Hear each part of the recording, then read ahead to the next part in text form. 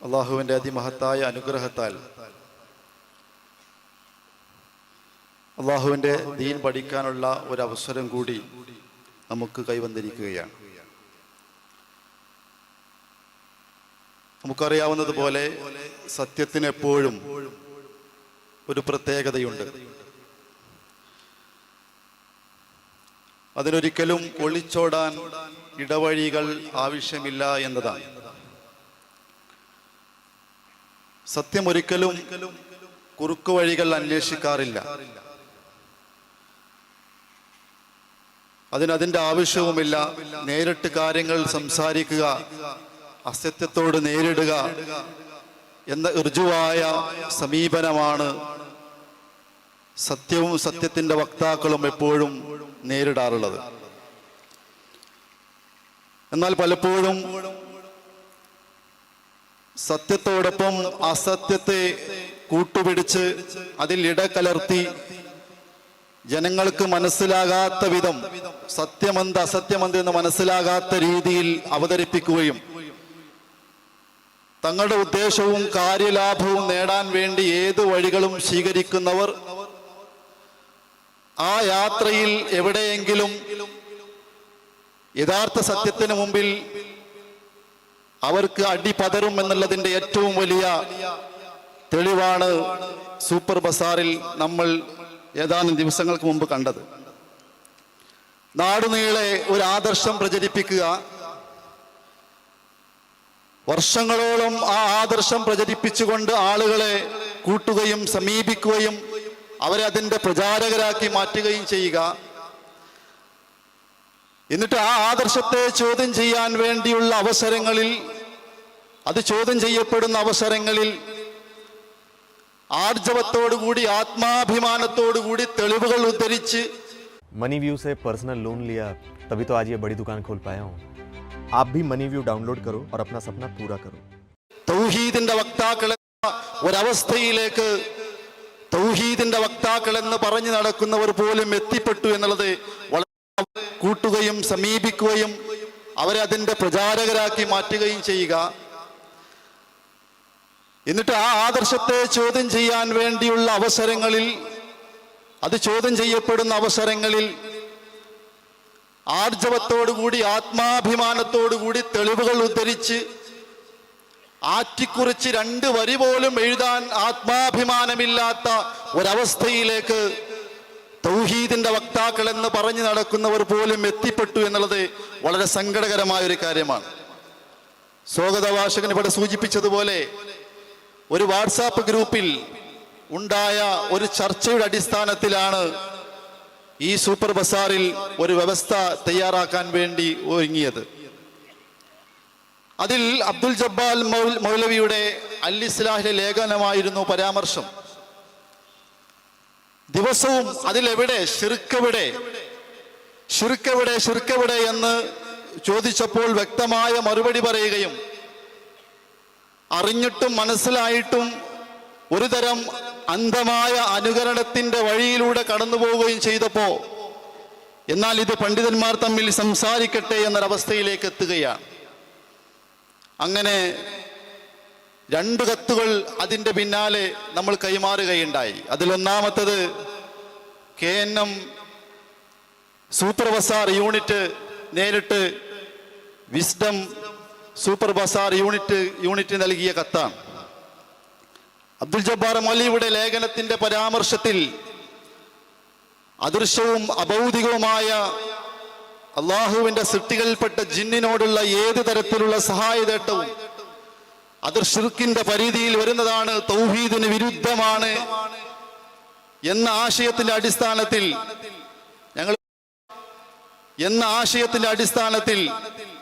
ഞങ്ങൾ വെല്ലുവിളിച്ചു. KNM വെല്ലുവിളിച്ചു. എന്നാൽ വളരെ രസകരമായ മറുപടിയാണ് അതിന് ലഭിച്ചത്. മറുപടി ഉണ്ടോ എന്ന് ചോദിച്ചാൽ ഇല്ല. എന്നാൽ എവിടെയെങ്കിലും മറുപടി പറഞ്ഞു ചോദിച്ചാൽ വ്യംഗ്യമായ രീതിയിൽ 1-2 വാക്കുകളിൽ ഒതുക്കുകയും ചെയ്തു. ഏറ്റവും രസകരമായ കാര്യം, ഈ വിഷയം കേരളക്കരയിൽ ധാരാളം ചർച്ച ചെയ്തതാണ്.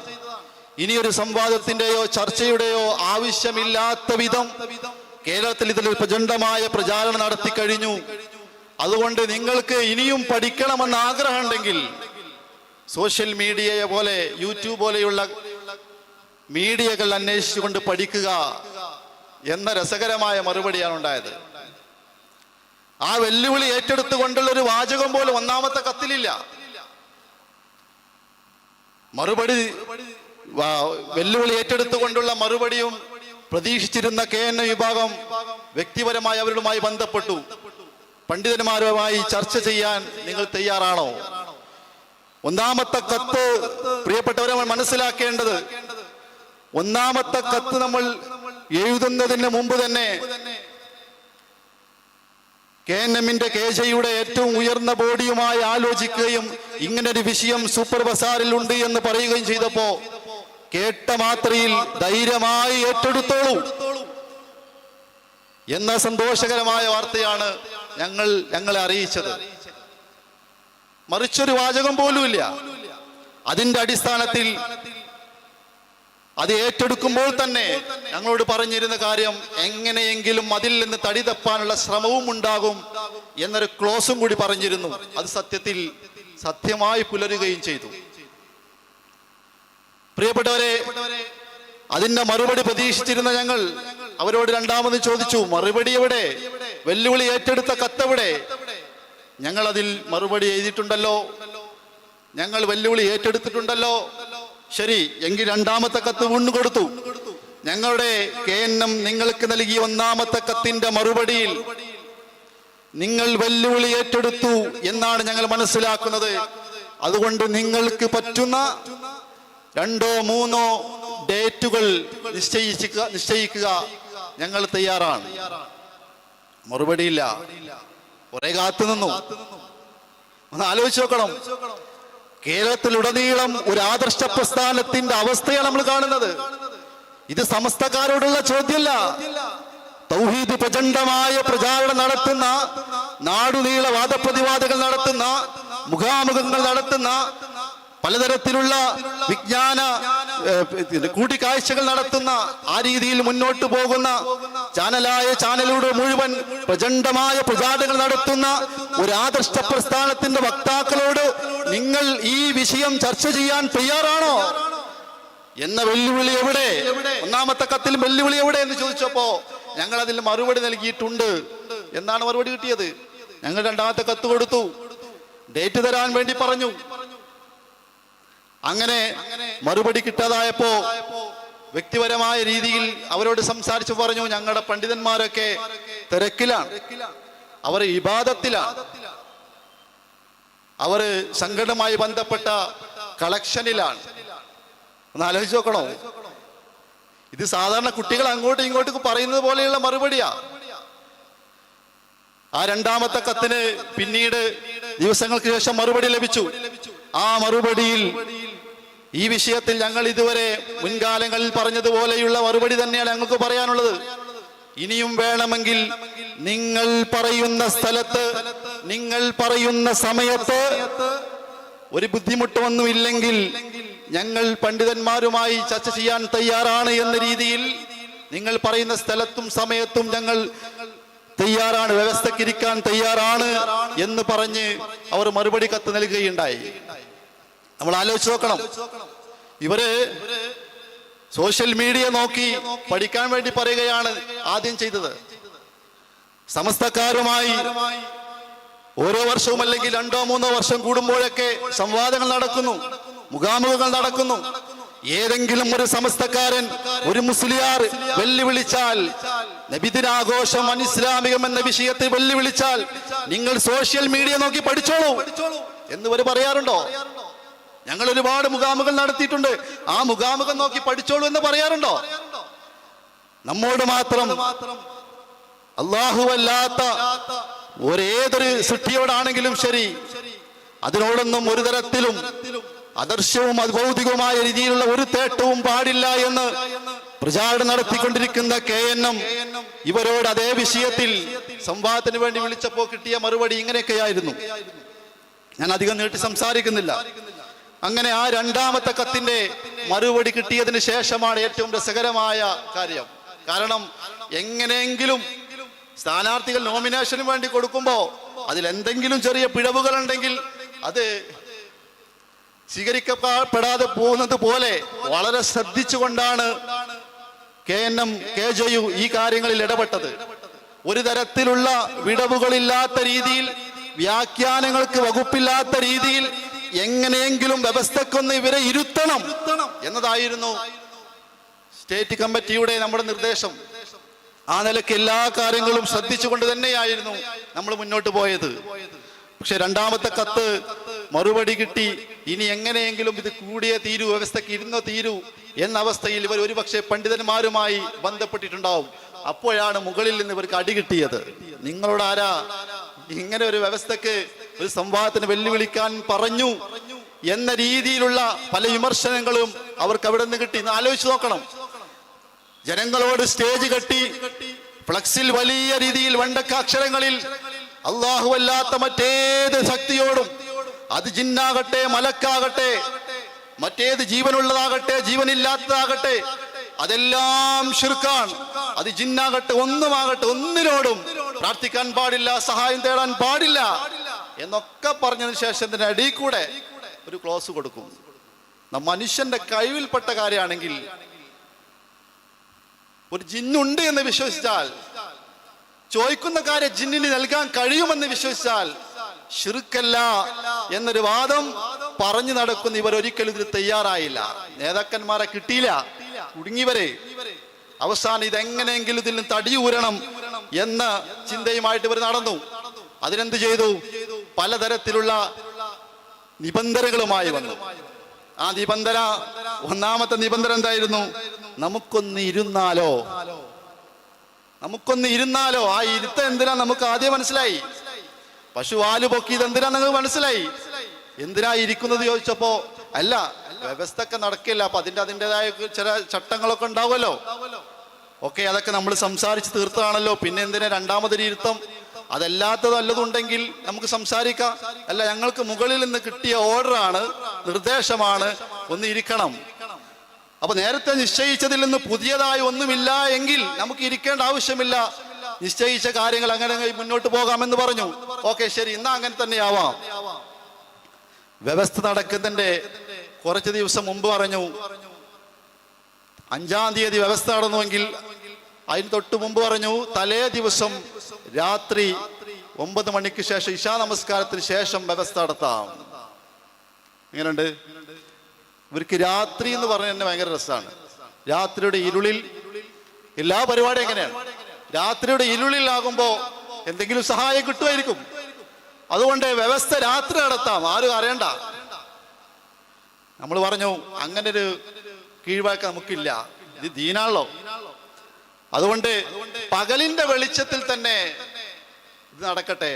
അതുകൊണ്ട് തന്നെ പകലിന്റെ വെളിച്ചത്തിൽ നമുക്ക് അള്ളാഹുവിന്റെ സഹായം കിട്ടി.